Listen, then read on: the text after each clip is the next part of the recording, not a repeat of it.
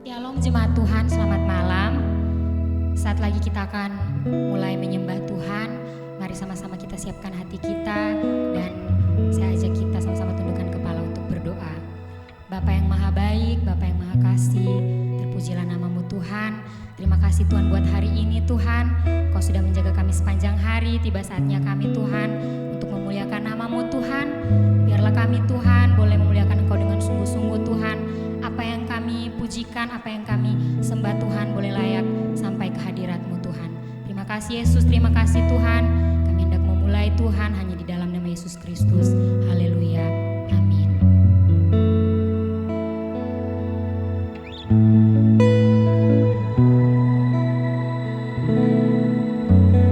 Dari semula telah Kau tetapkan hidupku dalam tangan-Mu, dalam rencana-Mu Tuhan. Rencana indah telah Kau siapkan bagi masa depanku yang penuh harapan. Sebuah baik, apa yang telah Kau perbuat di dalam hidupku. Sebuah baik, sungguh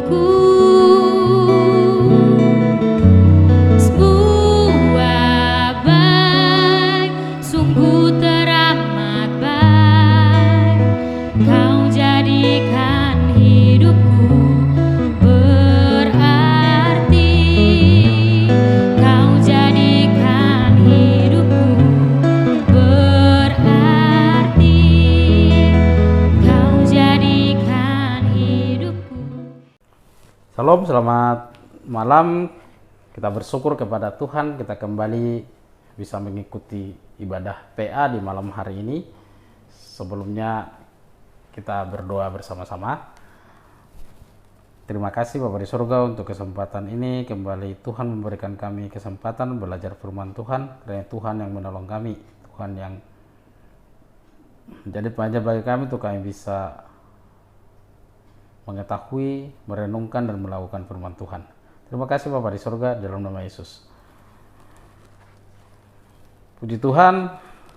Shalom, selamat malam. Malam hari ini kita kembali belajar firman Tuhan yang saya ambil dari Mazmur 118 ayat yang ke-13 sampai ke-18. Mazmur 118 ayat yang ke-13 sampai yang ke-18. Saya akan bacakan. Aku ditolak dengan hebat sampai jatuh, tetapi Tuhan menolong aku. Tuhan itu kekuatanku dan mazmurku. Ia telah menjadi keselamatanku. Suara sorak-sorai dan kemenangan di kemah orang-orang benar. Tangan Tuhan melakukan keperkasaan. Tangan kanan Tuhan berkuasa meninggikan. Tangan kanan Tuhan melakukan keperkasaan. Aku tidak akan mati tetapi hidup, dan aku akan menceritakan perbuatan-perbuatan Tuhan. Tuhan telah mengajar aku dengan keras, tetapi Ia tidak menyerahkan aku kepada maut. Puji Tuhan. Sampai di situ pembacaan kita. Hari-hari ini kita hidup di dunia yang menuntut kita untuk sempurna, menuntut kita untuk lebih baik dan lebih baik setiap harinya. Kalau kita melihat gaweannya kita, HP atau apapun yang menjadi pegangan kita, kita melihat dunia luar bersaing untuk sempurna. Semua bersaing untuk sempurna. Lalu kalau itu kita bandingkan dengan diri kita, maka kita akan menemukan hal-hal yang membuat kita merasa minder. Banyak orang yang minder. Walaupun banyak juga orang yang merasa lebih baik daripada orang yang di luar sana. Lalu kalau kita membandingkan diri kita dengan apa yang kita lihat dari dunia maya sana, kita akan melihat permasalahan hidup yang sangat besar dalam kehidupan kita.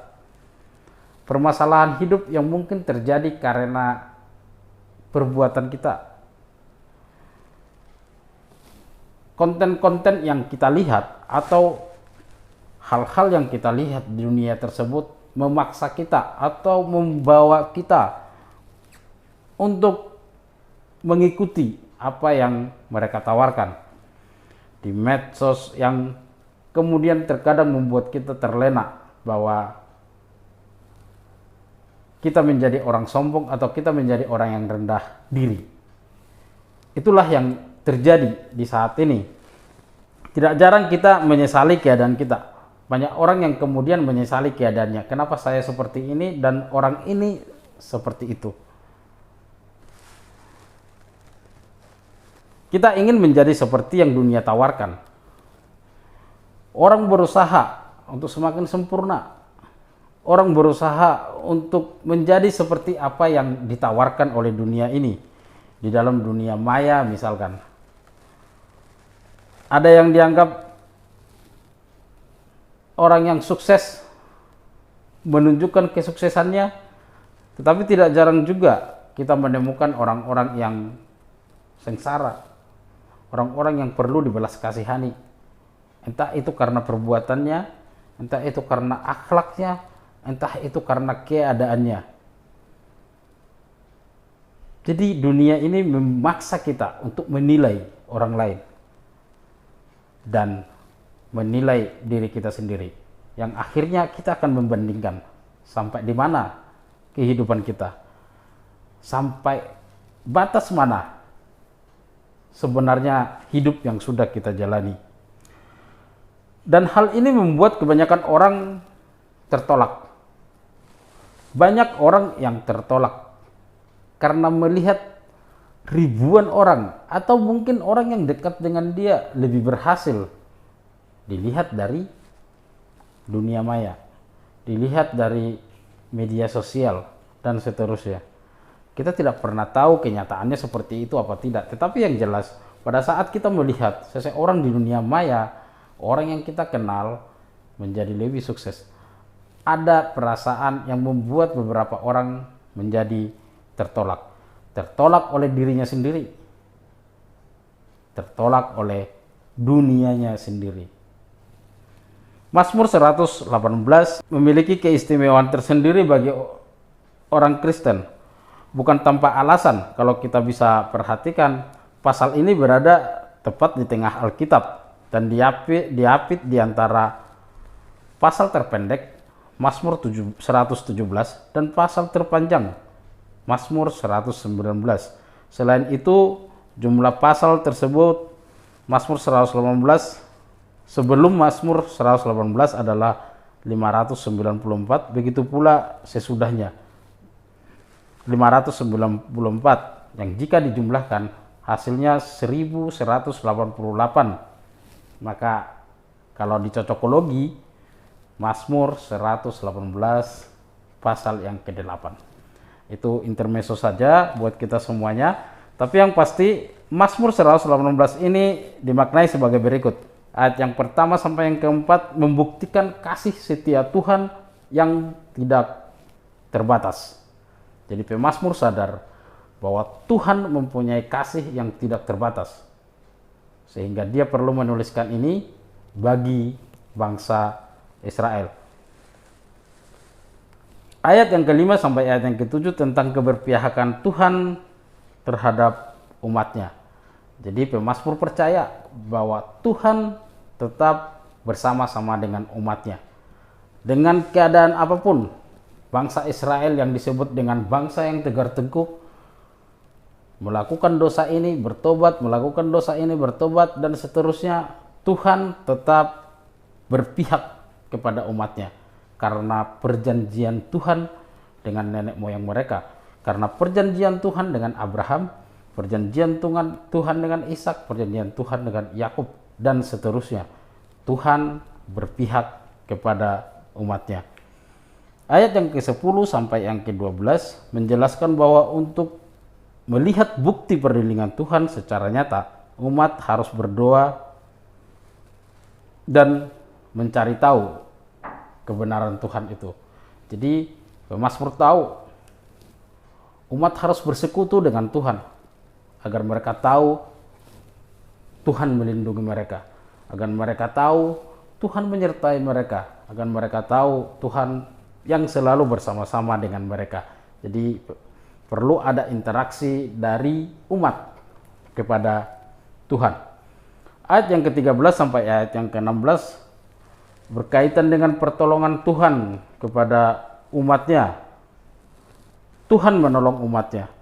Seperti tadi saya utarakan bahwa dengan keadaan seperti apapun, Tuhan menolong umatnya. Pada saat mereka berdosa, Tuhan akan memberikan pelajaran bagi mereka dengan tujuan untuk menolong mereka. Kemudian Tuhan akan memberikan pertolongan kepada mereka, memperlihatkan betapa besar kasih Tuhan pada umat Israel di masa itu. Itulah yang dilihat oleh pemazmur.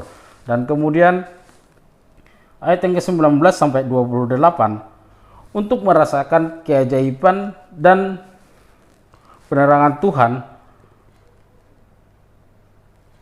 umat harus berperilaku sesuai dengan kebenaran Tuhan.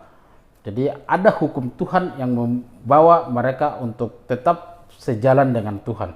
Ada hukum-hukum Tuhan yang sudah diberikan kepada umat, kepada bangsa Israel pada saat itu. Sehingga mereka harus berjalan sesuai dengan hukum tersebut kalau mereka ingin merasakan keajaiban-keajaiban yang dari Tuhan. Jadi kalau bangsa Israel di masa ini seharusnya sudah bisa mengingat bahwa di masa-masa lalunya bangsa Israel, di masanya Musa, pertolongan Tuhan itu begitu dahsyat bagi mereka. Sejak mereka keluar dari Mesir, cerita itu akan selalu menjadi cerita sepanjang hidup buat mereka, bahwa Tuhan pernah melakukan keajaiban-keajaiban yang besar. Allah Israel pernah melakukan keajaiban-keajaiban yang besar dalam perjalanan mereka. Ayat yang terakhir, ayat yang ke-29, menegaskan bahwa kebaikan Tuhan itu tidak pernah terbatas.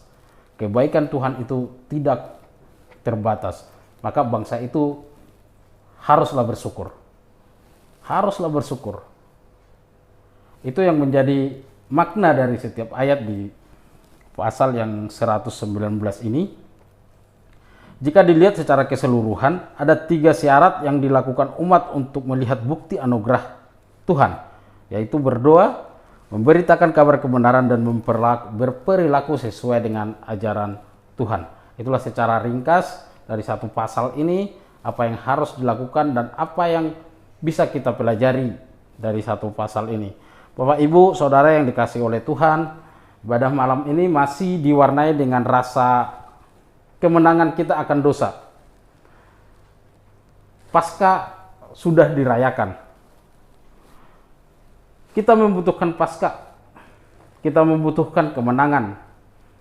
Kemenangan yang tidak pernah kita capai tanpa Kristus. Kemenangan yang dianugerahkan oleh Allah melalui Paskah, sehingga kita bersorak-sorai. Harusnya kita binasa. Harusnya kita tidak lepas dari hukuman. Tetapi karena Tuhan, perjanjian Tuhan dengan bangsa, dengan Abraham, Ishak, dan Yakub, kita menjadi bagian dari yang sudah terikat di dalam perjanjian tersebut. Sebenarnya kita adalah musuh Allah dan diperbudak dosa, ditipu oleh kuasa kegelapan, menawarkan keindahan palsu, sehingga membuat hal-hal yang terjadi di dalam hidup kita. Kita mendapatkan penolakan, baik itu dari dalam diri kita sendiri, juga dari dunia kita. Seperti saya katakan tadi, sosial media dewasa ini sangat mempengaruhi hidup siapapun. Sosial media sekarang ini membuat orang menjadi lebih baik atau menjadi lebih jahat. Beberapa hari yang lalu kita lihat di salah satu koran yang mengatakan bahwa ada orang yang membunuh rekan kerjanya di salah satu kota di Amerika, dan kemudian disiarkan secara live di Instagram. Orang-orang menjadi jahat dan mereka kemudian menyambungkannya dengan apa yang ada di media sosial. Mereka ingin tenar karena media sosial. Kita bisa melihat banyak orang yang terkenal secara tiba-tiba di media sosial. Dan kemudian orang-orang mencoba melakukannya, walaupun apa yang dilakukannya itu jahat. Tertolak dengan kuat, itu yang dikatakan oleh pemazmur. Aku ditolak dengan hebat sampai jatuh, tetapi Tuhan menolong aku. Rasa tertolak itu bisa terjadi dalam kehidupan kita karena penilaian kita kepada dunia luar, yang kemudian membuat diri kita menjadi tidak bernilai, sehingga kita tertolak. Yang kedua juga terjadi karena kita membandingkan diri kita dengan dunia luar, sehingga kita tahu bahwa di dunia sana kita tidak ada apa-apanya.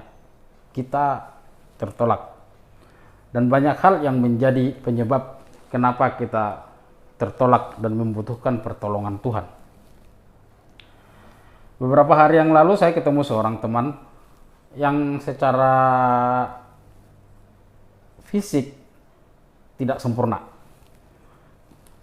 Kemudian ada seorang teman yang lain berkata kepada dia, memilih-milih baju dan kemudian berkata kepada dia, ini kan cocok buat kamu, ini pasti cocok. teman saya itu merasa mungkin bahwa itu tidak cocok buat dia.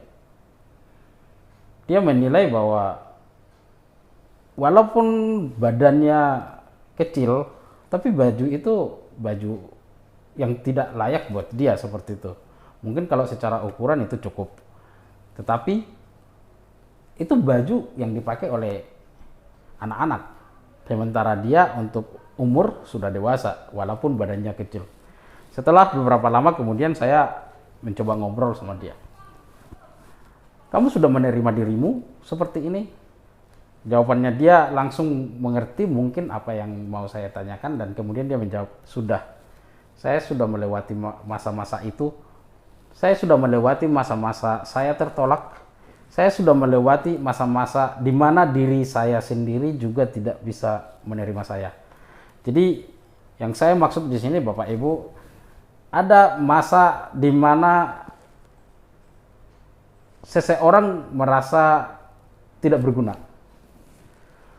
Mungkin di masa lalu itu tidak terlalu banyak, tetapi dengan kehidupan sekarang itu jadi banyak. Karena perbandingannya jadi banyak. Orang-orang menilai kita. Kita menilai kita juga. Orang-orang merasa kita tidak sempurna. Dan kalau kita menyadari, seharusnya kita juga merasa kita tidak sempurna. Dan itulah yang seharusnya terjadi. Jadi pada waktu teman saya tadi berkata bahwa dia sudah melalui hal-hal seperti itu, saya sangat bersyukur kepada Tuhan. Karena di dalam hampir di semua kehidupan manusia hal itu pernah terjadi. Tetapi banyak orang yang tidak menerimanya. Banyak orang yang tidak selesai dengan dirinya sehingga dia merasa tertolak. Itu yang pertama, bahwa terkadang kita merasa tertolak bahkan oleh diri kita sendiri. Yang kedua, kita bisa tertolak karena membandingkan hidup dengan orang lain. Membandingkan hidup kita dengan sekitar kita. Membandingkan status diri, status ekonomi, dan lain sebagainya dengan orang lain. Itulah yang dimaksud oleh pemazmur, bahwa walaupun dia tertolak, Tuhan menolong dia. Walaupun dia tertolak, Tuhan menjadi kekuatan baginya. Walaupun dia tertolak, dia tahu bahwa Tuhan menjadi keselamatan baginya. Dia bersorak-sorai untuk kemenangan itu. Dia bersorak-sorai karena dia tahu Tuhanlah yang menolong dia. Itulah yang dilakukan oleh pemazmur. Bapak, Ibu, Saudara yang dikasihi oleh Tuhan, itulah yang harus kita lakukan.